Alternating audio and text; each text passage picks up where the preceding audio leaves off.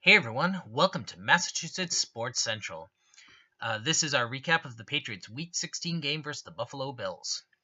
Pats pull away in the second half, winning 37-16. Sorry for the delay, but a lot going on with Christmas and some other videos that were more time sensitive with the Celtics and Bruins playing a lot this week too. Uh, this was a nice win in age as well, though.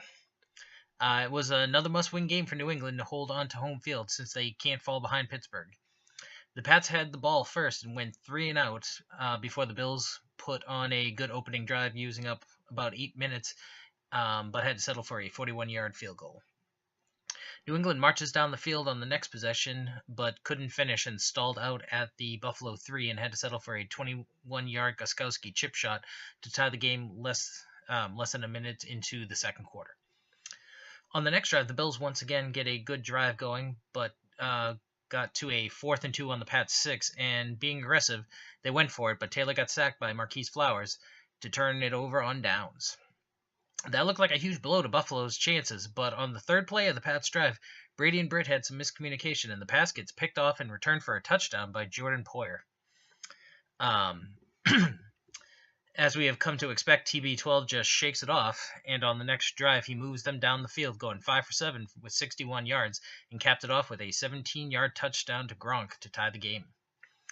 On the Pats' next drive, they move down the field and have Gostkowski kick a 40-yard field goal at the 2-minute warning.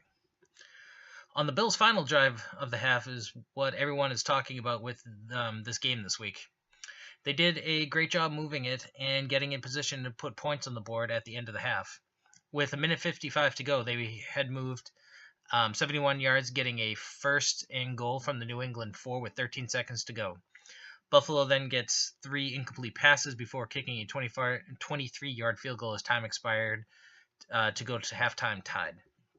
Now, what people are talking about is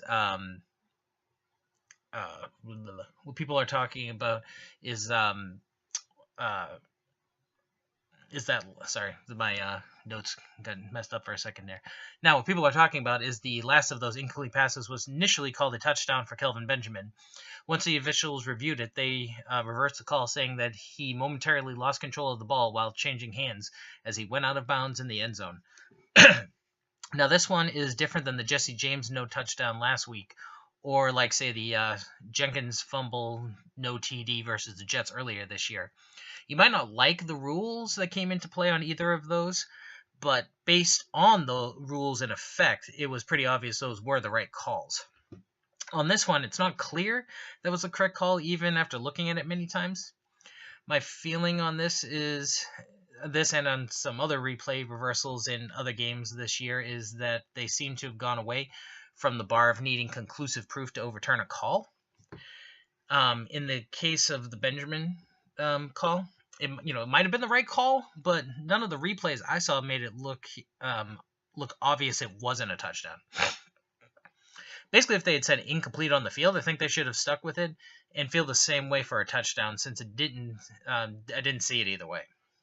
Now, for those saying that's why the Pats won, it was the difference of 4 points, and there isn't much reason to think anything following this would have changed. Okay, so now let's talk about, now that we have that out of the way, let's talk about that second half.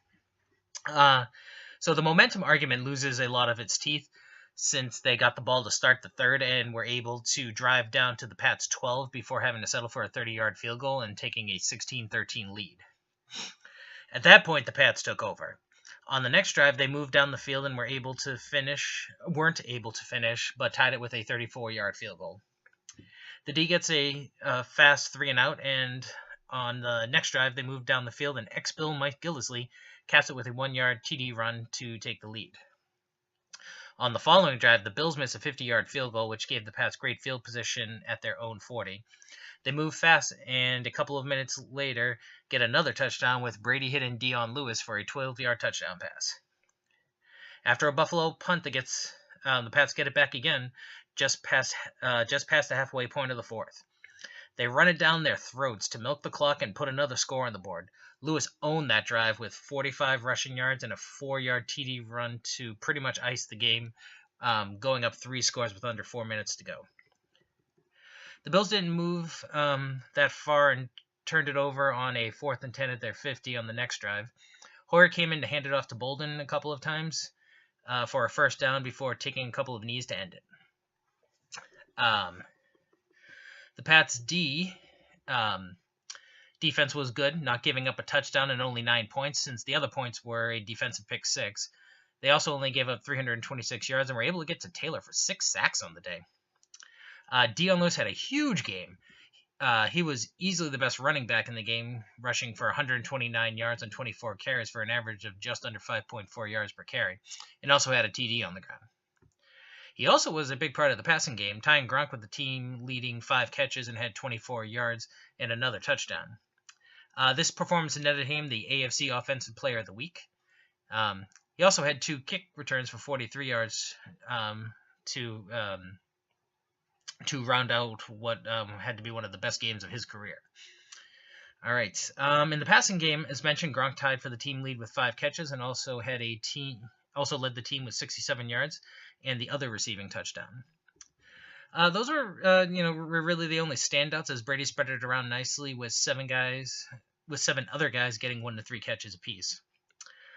Brady didn't put up eye-popping numbers, but had a very good game, going 21 for 28 with 224 yards and 2 touchdowns, and even with the interception, had a 106.8 passer rating for the game. With 1 game to go, Brady continues leading the league in completions with 367. So with 1 game to go, this one is still a little bit up in the air, as he's only 3 ahead of Breeze and 7 ahead of Roethlisberger. So good games by them could potentially make him fall behind there. He also still leads in yards with 4,387. This one seems likely to hold, as the only guy with a shot is Roethlisberger, and he is a solid 136 yards behind. So Brady would need to do fairly poorly and Ben have a big game for that to switch. He's still a close second in passer rating with 104.2. He trails Smith by just 0.5. And Smith's not playing in the last game, so a good game by Brady could push him ahead. However, he is also only 0.6 ahead of Breeze, so falling to 3rd is actually possible as well.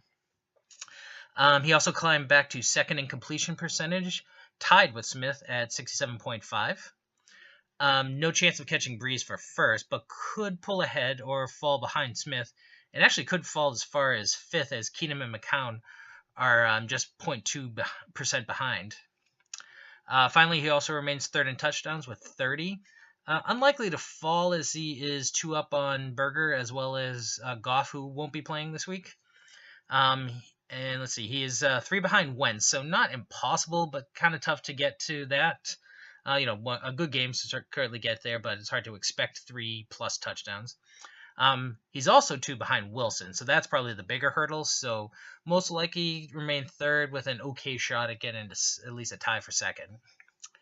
All right, the Pats have the regular season finale at Foxborough against the Jets in another must-win to assure they hold on to the AFC's top seed.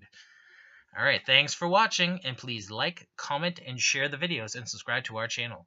You can also follow us on other social media. Facebook and Twitter are both @MA Sports Central. Thanks, and we will see you soon.